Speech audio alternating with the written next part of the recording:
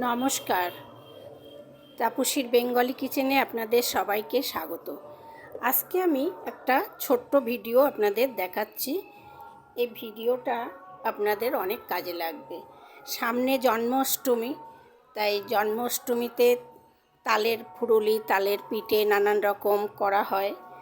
আর যাদের বাড়ি গোপাল আছে তাদের তো তালের বিভিন্ন ধরনের পিঠে করে দিতেই হয়। তাই তার জন্য আপনাদের এই ভিডিওটা দেখলে অনেক কাজে লাগবে। দেখুন, তালটাকে আমি একটা আঁটি আমি শাঁস বের করেও ফেলেছি। তারপরে আমার মনে হলো যে এই সহজ পদ্ধতিতে তালের শাঁস বের করাটা আপনাদের সঙ্গে আমি শেয়ার করব। তালের শাঁস বের করাটা অনেকের কাছেই খুব কঠিন মনে হয়, কিন্তু এইভাবে বের করুন, দেখুন খুব সহজেই বেরিয়ে যাবে।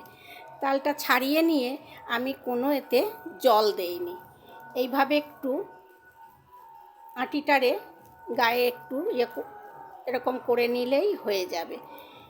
জল ছাড়াই আমি শাঁসটা বের করছি। আপনারা চাইলে এতে একটু জল দিয়ে ভালো করে চটকে নিলে এর শাঁসটা একটু পাতলা হবে, তাতেও কোনো অসুবিধা নেই।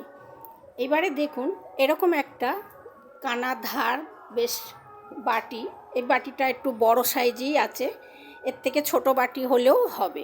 ঠিক এইভাবে কানায় কাঁকতে হবে। এইভাবে কাঁকলে এই সব শুদ্ধই আপনি বের করে নেবেন। তারপরে এইভাবে চাঁচলেই কানায় সব শাঁস বেরিয়ে যাবে।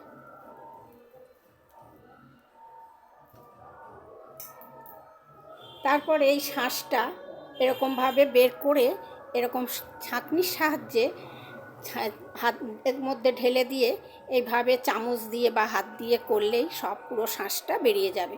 আর যত আঁশ আছে আঁশগুলো সব এর ভিতরে থেকে যাবে, তারপরে আপনারা ফেলে দিতে পারবেন। এইভাবে শাঁসগুলো বের করতে হবে। এই কানায় কাঁকলেই আপনার আস্তে আস্তে প্রথমের দিকে একটু বেরোতে টাইম লাগবে, তারপরে দেখুন পরে কিন্তু শাঁসটা খুব সহজেই বেরিয়ে যাবে। চাঁচতে চাঁচতে প্রথমে একটু মনে হবে যে হচ্ছে না, কিন্তু পরে গিয়ে এটা ভালোই শাঁস বেরিয়ে যাবে। তাহলে আপনারা বা এই গ্লাসেও করতে পারেন। এইভাবে গ্লাসের কানাতেও গ্লাসের কানাতেও এইভাবে চাঁচলে বেরিয়ে যাবে।